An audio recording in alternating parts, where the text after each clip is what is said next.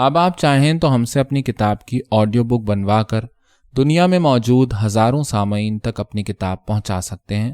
زیادہ جانکاری کے لیے نیچے دیے گئے میل آئی ڈی پر ہم سے رابطہ کریں۔ شکریہ۔ رحمان مذنب کی کہانی، خوشبودار عورتیں۔ شوہر کی وفات کے بعد وہ سمٹ سکڑ کر رہ گئی۔ وہ لچی لفنگی تو نہیں تھی، اس میں آوارہ پن کی عادت بھی نہیں تھی، لیکن شوہر سے بڑی بہاریں تھیں۔ سلامتی کے ساتھ ساتھ آزادی کا تصور قائم تھا۔ سر پر ہر دم ایسی چھاؤں رہتی جس میں فرحت اور مسرت، تسکین اور تفریح کا سامان موجود تھا۔ مہکتی چہکتی ہوئی ایک پھلواری تھی جس میں آزادی سے گھومتی پھرتی، ہنستی کھیلتی اور قہقہے لگاتی۔ سہاگن تھی تو کھل کر زندگی بسر کرتی، دوسری عورتوں کی طرح لپسٹک لگاتی، سرخی پاؤڈر اور کریم استعمال کرتی۔ ریشم سا بدن تھا تو کپڑے بھی ریشمی ہی پہنتی۔ شریف نے کبھی اسے کھردرا کپڑا نہ پہننے دیا، وہ ہمیشہ اسے سجا سنوار کر رکھتا۔ وہ چاہتا کہ نجم النہار ہر وقت پہلے دن کی دلہن بنی رہے۔ باسی پھول اور باسی بدن اسے اچھے نہ لگتے۔ محلے کی کئی عورتیں نجم النہار کی صدا سے جلتیں، منہ جوڑ کر بیٹھتی اور اس کے بارے میں بات چیت کرتی۔ چولہوں پر چڑھی ہوئی ہانڈیاں جل جاتی لیکن ان کی باتیں بند ہونے میں نہ آتی۔ بند سنور کر گھر سے باہر نکلتی تو اڑوس پڑوس کی بولنے والی مشینیں چالو ہو جاتی۔ ایک دن وہ گلابی ساڑی پہن کر نکلی تو اس کی پھبن دیکھ کر راجاں اور فیروزہ کے دل میں چنگاریاں اچٹنے لگیں۔ حرام کی کمائی ہے گھر والے کی، روز نئی پوشاک پہن کر نکلتی ہے، راجا نے کہا۔ جس مرد کی تنخواہ کل 200 روپے ہو، اس کی گھر والی اتنے بھاری بھاری جوڑے کیسے بنا سکتی ہے؟ فیروزہ بولی۔ ابھی پچھلی اتوار کو اس نے ہوا لگانے کو رسی پر کپڑے پھیلائے تھے تو میں انہیں ٹھیک سے گن بھی نہ سکی۔ اس کا تو بس ایک ہی کام ہے، گھر والا جاتا ہے تو یہ بازار کا رخ کرتی ہے، لوٹتی ہے تو ہاتھ میں کپڑوں کے لفافے اور جوتیوں کے ڈبے ہوتے ہیں۔ مہترانی کو اس کے یہاں سے اتنی اترن مل جاتی ہے کہ کسی دوسرے گھر سے کچھ لینے کی ضرورت ہی نہیں رہتی۔ ہمارے نئے کپڑوں سے تو اس کی اترن ہی اچھی ہوتی ہے۔ میں پوچھتی ہوں اتنا ڈھیر سارا روپیہ اس کے پاس آتا کہاں سے ہے؟ ارے کہاں سے آئے گا، لوگ دیتے ہیں اس کے گھر والے کو، اور کوئی آسمان سے تھوڑی ٹپکتا ہے۔ کتنا کتنا روپیہ لوگوں کے پاس ہے جو اسے یوں ڈھیر سارا دے دیتے ہیں۔ دیکھ لے، ایک یہ ہے کہ اس کے پاس روپے کی ٹوٹ نہیں، اور ایک ہم ہیں کہ پائی پائی کو ترس رہے ہیں۔ میں نے تو راجاں داتا کی چوکی بھی بھر دیکھی، منت پر منت مانگی، مزار پر پھول چڑھائے، دیے جلائے، ننگے پاؤں چکر لگائے، لیکن وہی حال رہا اپنا۔ داتا کی چوکی تو میں بھی بھرتی رہتی ہوں، 21 دن اور 40 دن کی حاضری بھی بھری ہے میں نے، لیکن بات نہیں بنی۔ راجا اور فیروزہ صرف باتیں کرتی رہیں اور بانو بازار میں دکان دکان گھومتی پھرتی رہی، چیزیں دیکھتی رہی اور پھر ڈھیر سارا سامان لے کر واپس آئی۔ شریف PWD میں سپروائزر تھا، ٹھیکیداروں کے کام کا نگران تھا، لیکن ٹھیکیدار اسے نگرانی سے بے نیاز کر دیتے۔ وہ اسے اتنا پیسہ دے دیتے کہ وہ اسی کے ہیر پھیر میں لگا رہتا، پیسے سے ہٹ کر کام کی طرف اس کا دھیان بھول کر نہ جاتا۔ اور پھر اس نے دیکھا کہ کام کے بغیر تنخواہ بھی ملتی ہے اور ٹھیکیدار کا پیسہ بھی۔ دراصل بات یوں ہوئی کہ شروع میں شریف کام پر گیا تو اس نے بڑی عمدگی سے نگرانی کا کام کیا۔ نیا آدمی تھا، ٹھیکیدار نے ڈھیل دی اور لحاظ کیا، لیکن جب دیکھا کہ اس کی نگرانی میں سنجیدگی کا عنصر بڑھتا چلا جا رہا ہے تو وہ شریف کے دفتر میں آیا۔ کمرہ بند کر کے اس نے میز پر 10,000 کے نوٹ رکھ دیے۔ شریف نوٹ دیکھ کر بھڑک اٹھا اور اس نے تیکھے لہجے میں کہا، ٹھیکیدار صاحب، میں بکاؤ شے نہیں، سرکاری ملازم ہوں، معقول تنخواہ پاتا ہوں۔ ٹھیکیدار ہنس پڑا اور بڑے پراعتماد لہجے میں بولا، شریف میاں، آپ نئے آدمی ہیں اور نا تجربے کار ہیں، ابھی آپ نے کچھ نہیں دیکھا۔ جس سرکار کا آپ نام لیتے ہیں وہ ہم لوگوں کی جیب میں ہے۔ آپ کو ہر حال میں ہم سے تعاون کرنا ہوگا اور ہمیں آپ سے کرنا ہوگا، اس کے بغیر دھندا نہیں چل سکتا۔ اس کے بعد اس نے یہ بھی سمجھا دیا کہ جو افسر اس سے تعاون نہیں کرتا وہ اسے اس سیٹ پر نہیں رہنے دیتا، جھوٹے مقدمے میں الجھا دیتا ہے، برطرف کروا دیتا ہے۔ وہ نیچے سے اوپر تک کسی افسر کو اپنی منشا کے خلاف کچھ نہیں کرنے دیتا۔ شریف میاں، تمہارے سب سے بڑے افسر کی 3 لڑکیوں کا جہیز میں نے دیا تھا، میرے کہنے پر چلیں، میرے تجربے اور میرے رسوخ سے فائدہ اٹھائیں، اس میں بہتری ہے ہم دونوں کی۔ اپنے ہمکاروں اور افسران بالا کے حالات جان کر اسے افسوس ہوا، لیکن پھر خوش ہوا کہ جس حمام میں سبھی ننگے ہوں اس میں وہ بھی ننگا ہو جائے تو کیا مذائقہ ہے۔ اس نے فوراً ہی ننگا ہونے کا فیصلہ کر لیا۔ ٹھیکیدار نے اچھی طرح غسل صحت کر دیا تھا۔ شریف نے نوٹ اٹھا کر جیب میں ڈال لیا اور ٹھیکیدار کا شکریہ ادا کیا۔ شریف نے نجم النہار کو رانی بنا دیا اور اسے سونے چاندی سے لاد دیا۔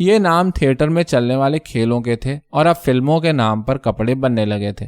جب کبھی وہ بازار جاتی تو اس کی آنکھیں کھلی کی کھلی رہ جاتی۔ ایسے ایسے نفیس اور آنکھوں میں چکا چوند لانے والے کپڑے دیکھنے میں آتے جن سے وہ حسین تر خواب دیکھ سکتی اور تصور کی دنیا سجا سکتی۔ چھوٹی سے چھوٹی دکان بھی کپڑوں سے بھری رہتی۔ وہاں سے واپسی پر وہ اپنی بے کسی اور مفلسی کا ہولناک احساس لے کر لوٹتی۔ نجم النہار کا مکان کیا تھا؟ جادو گھر تھا۔ اونچی اونچی دیواریں روغن سے چمک رہی تھیں، دروازوں اور کھڑکیوں پر ریشم کے پردے آویزاں تھے، جگہ جگہ بڑی بڑی تصویریں لٹک رہی تھیں۔ اس کی اور اس کے میاں کی قد آدم تصویر سب سے نمایاں جگہ لگی تھی۔ فرش پر قالین بچھا تھا، سنگار میز تھی، شیشوں والی الماری تھی، ہر چیز اجلی اور خوشنما تھی۔ اسے دیکھ کر اسے اپنے اوپر ترس آ گیا۔ اس کا رونی صورت والا مکان کیا حیثیت رکھتا تھا اور نجم النہار کے مقابل خود وہ کیا حیثیت رکھتی تھی؟ نجم النہار 20 کے بجائے 50 کا نوٹ لائی اور اس نے راجہ کو تھماتے ہوئے کہا، میرے پاس ٹوٹے نوٹ نہیں نکلے، 50 کا نوٹ ہے سو یہی لے جاؤ۔ نہ اڑیے، 50 میں نہیں لیتی، مجھ سے یہ رقم نہ لوٹائی جائے گی۔ تمہیں لوٹانے کی ضرورت ہی نہیں۔ وہ کیوں؟ کیونکہ بات نہیں، تمہیں ضرورت ہے، میں نے ضرورت پوری کر دی۔ انسان انسان کے کام آتا ہے۔ لوگ تو پائی پائی پیسے پیسے پر دم دیتے ہیں اور تمہاری نظر میں 50 روپے کی کوئی حقیقت ہی نہیں۔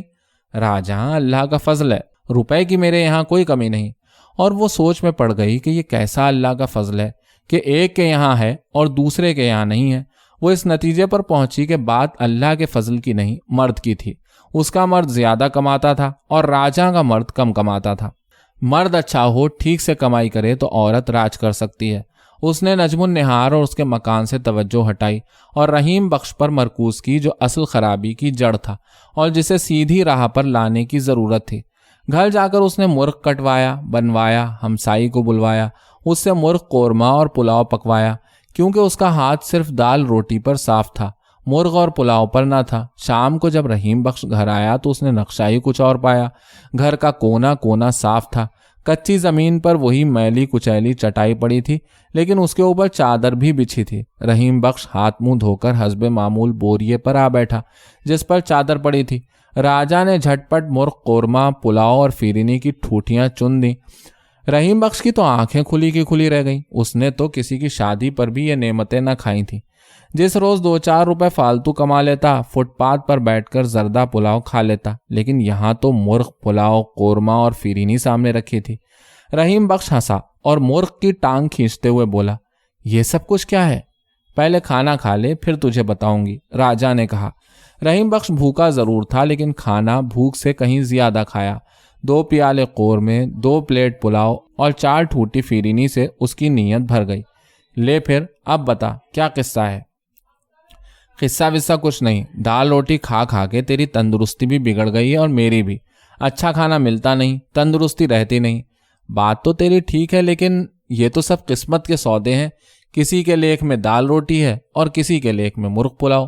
بات لیک کی نہیں، بات ہمت کی ہے، عقل کی ہے، نیت کی ہے۔ تو اگر آج نیت کر لے کہ 20 روپے سے کم گھر نہیں لائے گا تو تجھے 20 روپے ضرور ملیں گے، یہ میرا ایمان ہے۔ بھلیے 20 روپے تو کیا 50 روپے بھی آ سکتے ہیں، لیکن ایمان بیچ کر۔ رحیم بخش بے شک ایمان بیچ دے، مجھ سے اب اتنی تکلیفیں نہیں جھیلی جاتی اور نہ تجھے اس حال میں دیکھا جاتا ہے۔ اتنی عمر گزار دی تو نے، تیرے تن کو اجلا کپڑا تک نصیب نہ ہوا، حلیہ تو دیکھ ذرا اپنا۔ اور رحیم بخش نے اپنا حلیہ دیکھا۔ کپڑے میلے ہی نہیں بلکہ ادھڑے ہوئے تھے۔ قمیص اور کفوں کے بٹن ٹوٹے تو ان کی جگہ نئے بٹن نہ لگے۔ داڑھی بڑھی ہوئی تھی، سر کے بال خشک ہو رہے تھے، جوتی ٹوٹ رہی تھی۔ یہ حالت کسی طور قابل رشک نہ تھی اور پھر اس لائق نہ تھی کہ وہ مرغ پلاؤ کھا سکتا۔ اپنے کھنڈر کا جائزہ لینے کے بعد وہ زور سے ہنسا۔ اس پر راجہ ہنسی اور بولی، بات ہنسی میں گنوانے والی نہیں، کمائی کر کمائی، ساری دنیا عیش کر رہی ہے اور ہم ہی رہ گئے ہیں برے حال کے لیے۔ 20 روپے روز لایا کر، نہیں تو میں چلی جاؤں گی میں کے اپنے۔ ہوں؟ رحیم بخش کو دیکھتے ہی دولہے نے کہا، آ یار کیا حال ہے تیرا؟ حال تیرے سامنے، پوچھتا کیا ہے؟ جاموں نے 3 کیسل کا سگریٹ نکالا اور رحیم بخش کے آگے کرتے ہوئے کہا، آج ایک ٹیڈی کڑی اپنا بیگ ہی بھول گئی تانگے میں، کھولا تو 3 کیسل کے 2 پیکٹ ملے اس میں سے۔ اور کیا تھا اس میں ماں کے یار؟ 3 نوٹ 50-50 کے، سرخی پاؤڈر، لپسٹک، چمڑوں والی ڈبیا اور وسکی کا ایک پوا۔ تیرے تو مزے ہو گئے، وارے جاموں۔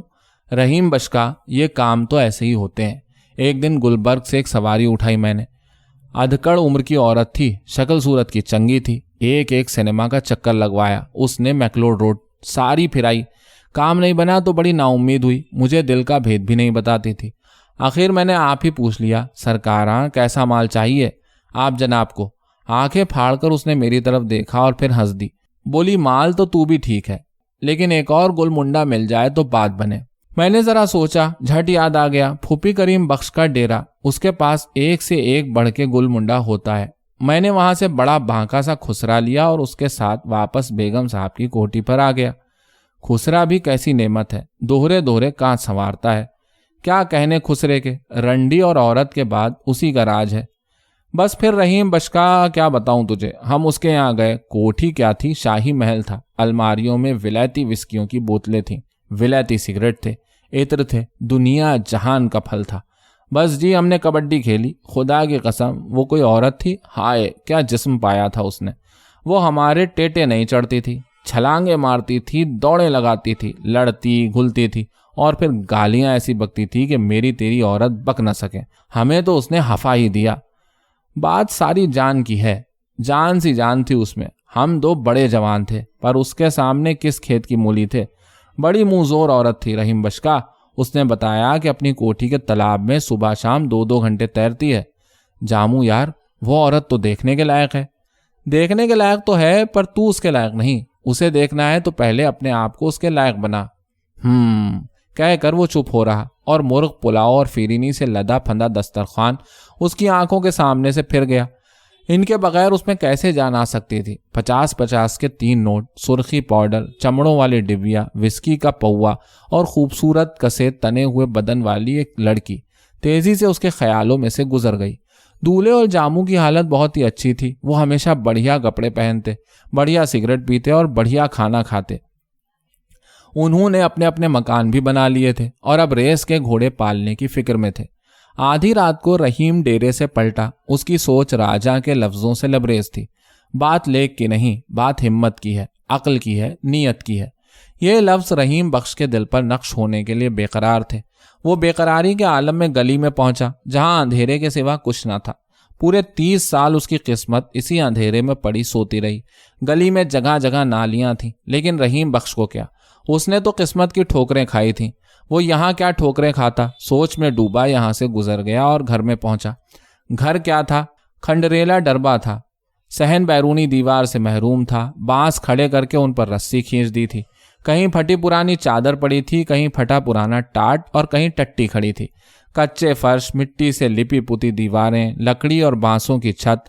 راجاں لیپتے پوتتے اور کہگل کرتے کرتے تھک جاتی۔ دولہے اور جاموں کی باتوں سے اس کی آنکھوں میں نئے اجالے تیرنے لگے تھے۔ ذہن کے افق پر سوچ کی نئی کرنیں ابھری تھیں۔ یہی کرنیں لیے وہ گھر میں داخل ہوا۔ یہ گھر اس کے لیے گالی بن گیا اور دیے کی ٹمٹماتی ہوئی لو کو اس کی سوچ کی نئی کرنیں روندنے لگیں۔ وہ رات بھر نہ سویا۔ اس کے سامنے ٹیڈی لڑکیاں سیٹیاں بجاتے اور اشاروں سے لڑکیوں کو بلانے والے لڑکے تندرست و توانا چہرے گزرتے رہے۔ چاندنی رات تھی لیکن چاند جیسے ٹھہرا ہوا ہو۔ رات گزرنے کا نام ہی نہ لیتی۔ وہ رات کے بوجھ تلے دبا کروٹیں بدلتا رہا۔ صبح ایک نئے انداز سے طلوع ہوئی۔ آج اس کی زندگی کو صحیح آغاز ملا تھا۔ راجا چائے بنا چکی تو رحیم بخش اسی کے پاس جا بیٹھا۔ اس نے پوچھا، 20-30 روپے ہوں تو بات بنے۔ میں نے بات سوچ لی ہے۔ کیا بات سوچ لی ہے؟ وہی جو تو نے کہی تھی۔ کیا کہی تھی؟ یہی کہ بات لیک کی نہیں، بات ہمت کی ہے، عقل کی ہے، نیت کی ہے۔ کیا اب تو 20 روپے روز کما کر لایا کرے گا؟ انشاءاللہ۔ تو بس پھر جتنے روپے چاہے مجھ سے لے لے۔ راجا نے 30 روپے لا دیے۔ رحیم بخش نے 30 روپے لے لیے۔ کچھ روپے اس کے پاس بھی تھے۔ پھر چائے بھی نہیں پی، گھر سے چلا گیا۔ سفید لٹھا خریدا اور سامنے بیٹھ کر درزی سے شلوار قمیص اور واسکٹ سلوائی۔ نئی جوتی لی۔ آج کا دن اس نے اپنا حلیہ درست کرنے میں گزارا۔ اگلے دن نئے ڈیرے پر گیا اور فرسٹ کلاس گھوڑا تانگا لے کر نکلا۔ اس کی نظریں بدل گئیں، اس کے تیور بدل گئے۔ اب وہ نیا آدمی بن گیا تھا۔ وہ نیا رحیم بخش تھا۔ ویسے خالق نے اس کے اندر کئی رحیم بخش پیدا کر کے رکھ دیے تھے۔ وہ جس سے چاہتا کام لے سکتا۔ پہلے اس نے خود کو چونی والی سواریوں کی سطح پر رکھا تھا، اب وہ ان سے نفرت کرنے لگا تھا۔ اب وہ بڑا آدمی بن گیا تھا اور اپنے تانگے پر بڑی سواریاں بٹھاتا تھا۔ اسے دریافت کے لیے نئی دنیا مل گئی۔ اس دنیا میں بدنوں کی جھنکار تھی۔ 20 روپے تو کیا، وہ 50 روپے روز کما لاتا۔ دولے اور جاموں نے مدد کی اور نئی آبادیوں کی ایسے ایسے کوٹھی خانوں کا سراغ دیا، کوٹھے جن کے سامنے پانی بھرتے، وہ یہیں سے سواریاں لیتا اور یہیں سواریاں لے کر آتا۔ وہ اب کوچبان نہیں بلکہ لوگوں کا محسن تھا۔ وہ بھٹکتی ہوئی روحوں کو تاڑ لیتا اور انہیں ٹھکانے لگاتا۔ اسے نفسیات کا ماہر بھی کہنا چاہیے، کیونکہ اب اس نے کتنے ہی مردوں اور کتنی ہی عورتوں کو اچھی طرح پہچان لیا تھا۔ اسے ان کی عادتوں، خصلتوں اور طبیعتوں کے مطالعے کا موقع ملا۔ وہ بڑا کانٹا نکلا۔ پہلی ہی نظر میں مردوں اور مردوں میں امتیاز کر لیتا۔ زندہ عورتیں اور زندہ مردوں کے لیے وہ مقناطیس کا درجہ رکھتا۔ اس کا چمکیلا بھڑکیلا تانگا اور اس کی حسین گھوڑی پر نظریں نہ ٹھہرتی۔ تانگا ہو تو ایسا خوشنما، گھوڑی ہو تو ایسی دل فریب۔ البتہ چلتے پھرتے مردے اسے نظریں چرا لیتے اور اس کے تانگے کا رخ نہ کرتے۔ اسے آنکھوں میں نئی روشنی ملی جس کی مدد سے وہ اپنی سواریوں کو پہچان لیتا اور ان کے لیے گائیڈ کا کام کرتا۔ ایک چھپی ہوئی دنیا ننگی ہو گئی اور کئی بار اس کی آنکھیں کھلی کی کھلی رہ گئیں۔ اس کا نظریہ بدل گیا۔ وہ عورت کو شراب کی بوتل اور مرد کو سگریٹ کا اڑتا ہوا دھواں سمجھنے لگا۔ اس نے زندگی میں پہلی بار اپنی گلی میں کتنی ہی شراب کی بوتلیں دریافت کی، کتنے سگریٹ کے اڑتے ہوئے دھوئیں دیکھے۔ اب اسے بخوبی معلوم ہوا کہ کتنی مخلوق خدا سر چھپانے کے لیے نہیں بلکہ شراب کی بوتلیں خالی کرنے اور سگریٹ کا دھواں اڑانے کے لیے مکان بناتی ہے۔ کتنی ہی عورتیں، کتنے ہی مرد اور کتنے ہی مکان اس کے سامنے ننگے ہو گئے۔ وہ ان سب پر بے اختیار ہنس دیتا۔ اس نے پیسے کو ایک نئے دھارے میں بہتے دیکھا۔ پہلے لکشمی چوک سے دربار تک چونی کی مہین سی لکیر دھیرے دھیرے بہتی رہتی، لیکن اب پورے شہر میں روپے کی گنگا بہتی دیکھی اور وہ اس میں خوب نہایا۔ اب اس کے تانگے میں خوشبودار سواریاں بیٹھتی جن کے پہلو میں سونے چاندی کی کھنک ہوتی۔ گنگا بہنے لگی اور اس کے گھر کی کچی دیواریں گرنے لگیں۔ ان کی جگہ نئی دیواریں، نئے فرش، نئی چھتیں نمودار ہونے لگیں۔ پرانا مکان مٹ گیا، نیا مکان بن گیا۔ راجا نے چیتھڑے اتار دیے اور اب وہ بھی ریشمی کپڑے پہننے لگی۔ اس کا بدن مہکنے لگا، اس کی آنکھوں میں شوخیاں آنکھ مچولی کھیلنے لگیں، اس کے گلابی گالوں پر شادابیاں مسکرانے لگیں۔ اب وہ نجم النہار کی سہیلی بن گئی۔ دونوں مل کر بازار جاتی اور فرض کے طور پر جاتی، اور یہ بازار صرف عورتوں ہی کے لیے بنے تھے۔ گھر گھر کی عورتیں یہاں آتی، بازار کی عورتیں بھی یہاں آتی، اور پھر بازار سب کے ذوق کی تسکین کرتا۔ شریف کا روپیہ، دولے کا روپیہ، جاموں کا روپیہ، رحیم بخش کا روپیہ اور خوشبودار عورتوں کا روپیہ اسی بازار میں بہہ جاتا۔ اس بازار میں رات دن روپے کی گنگا بہتی۔ پھر نجم النہار کی بہار میں خزاں آئی۔ شریف بہت جلد ترقی کر گیا۔ ٹھیکیدار نے اسے نئی کار لے دی، اس نے بینک بیلنس بنا لیا، ڈھیر سارا سونا خرید لیا، گلبرگ میں نئی کوٹھی کے لیے زمین خرید لی۔ وہ اب سرکار کی بجائے ٹھیکیدار کا ملازم تھا، اس کا آدمی تھا، اس کا مشیر تھا۔ سرکار سے جو تنخواہ لیتا اس سے تو بس باورچی خانے کا خرچ چلتا، باقی خرچ جو باورچی خانے کے خرچ سے دگنا تگنا تھا ٹھیکیدار سے وصول کرتا۔ وہ اکثر اپنے ہمکاروں کی طرف دیکھتا جنہوں نے عالیشان کوٹھیاں بنا لی تھیں، اور ٹھیکیدار ان پر مہربان تھے۔ یہ لوگ وسکی پارٹیاں دیتے، کلب جاتے اور ریس کھیلتے۔ ان کی شان و شوکت دیکھ کر اس کے دل میں بھی ولولہ اٹھتا۔ وہ بھی زیادہ روپیہ اکٹھا کرنے کی فکر میں رہتا۔ پھر وہ یہ بھی سوچتا کہ سرکاری نوکری پر ہی بھروسہ نہ کرے۔ بدعنوان افسروں کی چھانٹی ہوئی تو اس کے پاس اتنا اثاثہ تو ہو کہ وہ خود ٹھیکیدار بن جائے اور آزادی سے کام کرے۔ اس نے 50-50 ہزار روپے کے 2 بیمے بیوی کے کروائے۔ پریمیم کی رقمیں ٹھیکیدار کا منشی باقاعدہ ادا کر دیتا۔ وہ بے فکری کی زندگی بسر کر رہا تھا، کوئی غم نہ تھا، کوئی ڈر نہ تھا۔ اس کی طرح دوسرے ہمکار بھی ٹھیکیداروں کے جال میں جکڑے ہوئے تھے اور کوئی کسی کو کچھ نہ کہتا۔ ایک دفعہ وہ لنڈی کوتل بھی گیا، وہاں بھی اس نے تعلقات پیدا کر لیے تھے۔ کار میں منشیات لے آ رہا تھا کہ ایک تیز رفتار بس سے ٹکرا گیا۔ کار اور اس کے ساتھ وہ بھی چکنا چور ہو گیا۔ نجم النہار کا سہاگ لٹ گیا، لیکن شریف اتنی دولت چھوڑ گیا کہ آرام کی زندگی بسر کر سکتی تھی۔ راجا اور بھی اس کے قریب ہو گئی اور اکثر اسی کے ساتھ رہتی۔ فیروزہ جو پہلے ہمسایہ تھی اب زیر سایہ ہو کر رہ گئی۔ پہلے دونوں کے مکان کھنڈر تھے اور ایک برابر بھی، لیکن راجا کا نیا مکان بنا تو فیروزہ کا مکان نیچا ہو کر رہ گیا۔ راجا کے مکان کی ٹیپ ٹاپ ہوتی رہتی اور یہ نکھرتا سنورتا ہی رہتا۔ رحیم بخش کی آمدنی بڑھی تو ہر چیز کی شکل و صورت بدل گئی، زندگی اور سے اور ہو گئی۔ کھنڈر پر نیا روپ چڑھ گیا۔ رحیم بخش کام میں خوب طاق ہو گیا۔ اس نے فاصل آمدنی کی ایک اور صورت بھی پیدا کی۔ وہ اندر کے شلوکے میں چرس کی گولیاں اور چرس کے سگریٹ رکھنے لگا۔ تانگے میں سیٹ تلے خالی جگہ میں گھاس کے ڈھیر میں شراب کی بوتلیں چھپائے رکھتا۔ اس سلسلے میں اس نے محلے کے ایک تکیے والے سے رابطہ قائم کر لیا تھا، جہاں بعض سرکاری حکام کے تعاون سے منشیات کا کاروبار چلتا۔ شراب کے ایک بھٹے والا خود آ کر مال سپلائی کرتا۔ اس دھندے سے وہ 10-20 روپے روز فاضل کما لیتا۔ ایک رات وہ ڈھیر ساری رقم کما کر لایا، لیکن ناخوش تھا۔ گھر بجلی کے قمقموں سے روشن تھا، لیکن اس کی آنکھوں میں اندھیرا تھا۔ راجا سمجھی چالان ہو گیا ہوگا۔ اس سے رقم لیتے لیتے بولی، آج بڑا افسوسی ہو رہا ہے، خیر تو ہے، کہیں پولیس نے چھاپا تو نہیں مارا؟ نہیں، پولیس کیا چھاپا مارے گی، پولیس اور میں دو نہیں، وہ تو بیچارے بڑے اچھے ہیں، اپنے یار ہیں۔ پھر کیا ہوا ہے؟ اچھا مال تو بس مال پر ملتا تھا، سارے بڑے بڑے ہوٹل مال پر ہیں، اور کارپوریشن نے وہاں تانگے جانے بند کر دیے ہیں۔ کارپوریشن تو تانگوں کا نام و نشان مٹانا چاہتی ہے۔ مال بند ہو گئی ہے تو اب کیا ہوگا؟ اللہ مالک ہے، ایک راستہ بند ہوگا تو 10 راستے کھلیں گے۔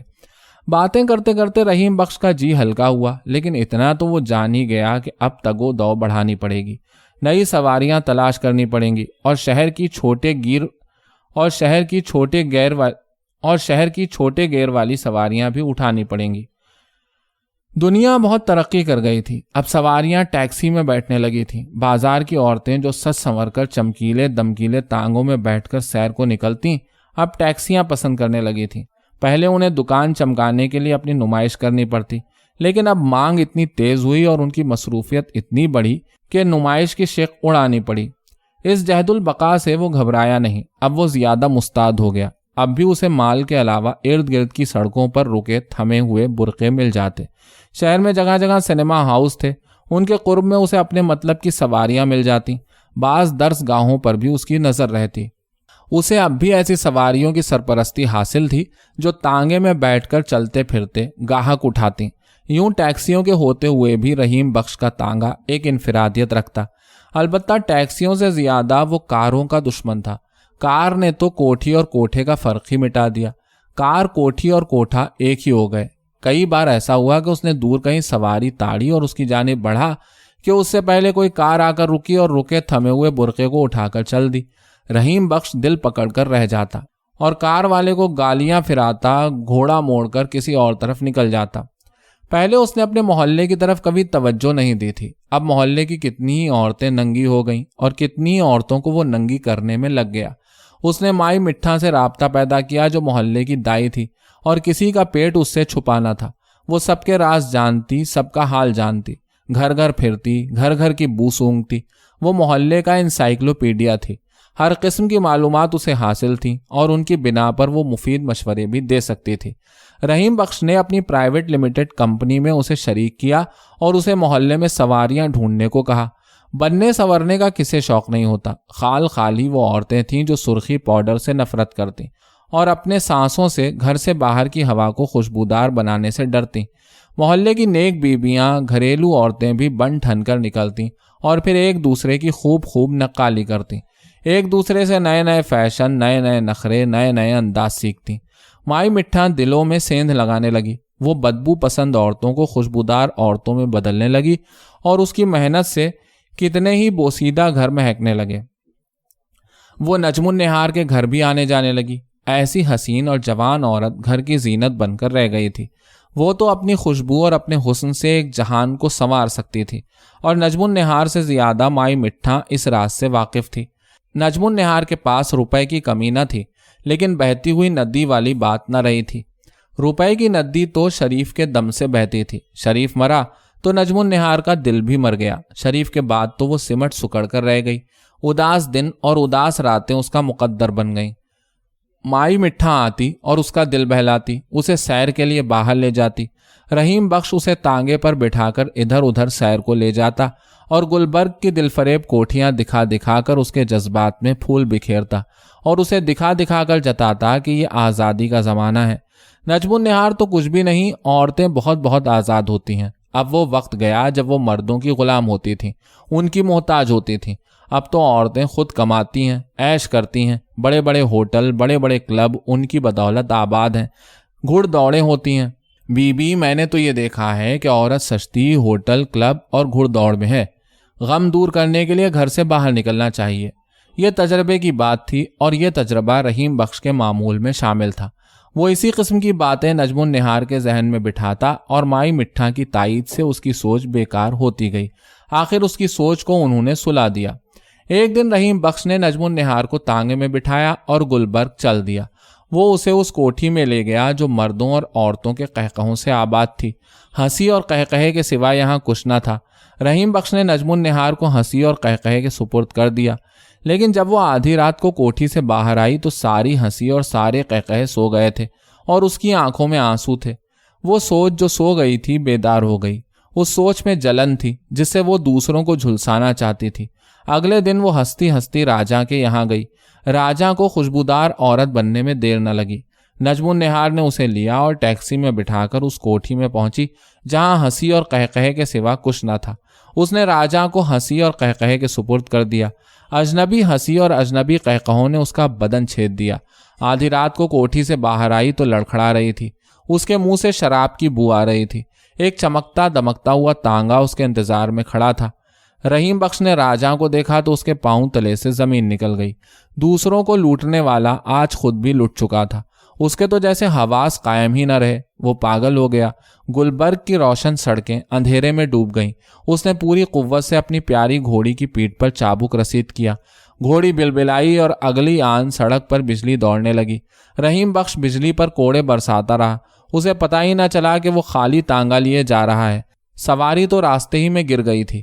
پھر اسے یہ بھی سدھ بدھ نہ رہی کہ اس کا تانگا اینٹوں سے لدے ہوئے ٹرک سے ٹکرایا اور وہ الٹ کر دور جا گرا۔ خون کی دھار چھٹی اور اس کا پورا بدن بھگو گئی۔